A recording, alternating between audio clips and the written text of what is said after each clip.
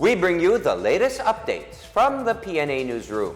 Attorney Sara Latif is now the new head of the Marawi Compensation Board. Presidential Communications Office Secretary Cheloy Garafil confirmed the new appointment for the MCB.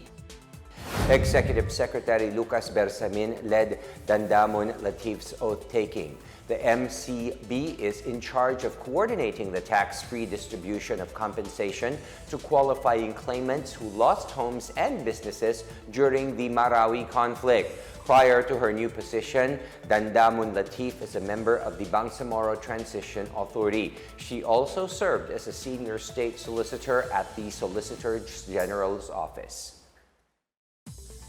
Meanwhile, the construction of a 270-kilometer highway project connecting Lawag and Rosario City is now being proposed as President Ferdinand Marcos Jr. meets with some business executives from China.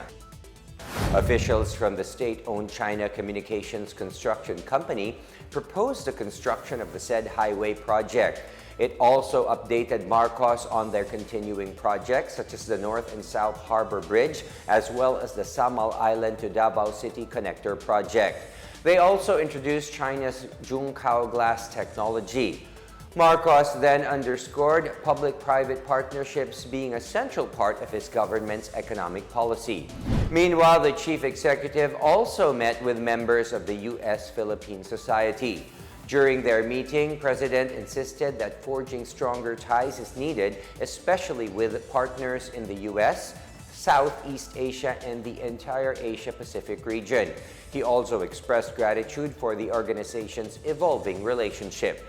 The U.S.-Philippine Society is a non-profit organization that aims to build on historical ties between the two nations.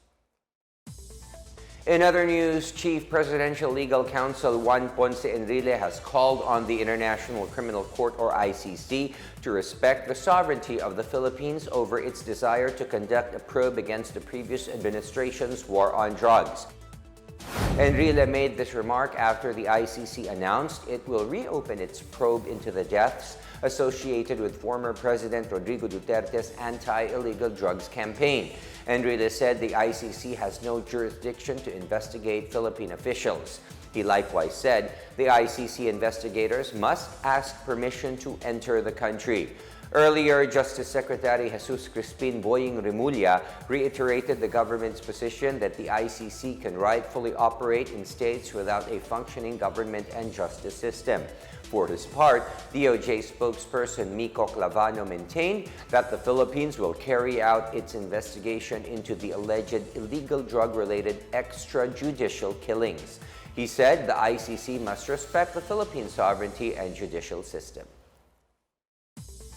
Vice President and Education Secretary Sara on Monday pledged to push for educational reforms in response to systemic challenges in several areas of the sector.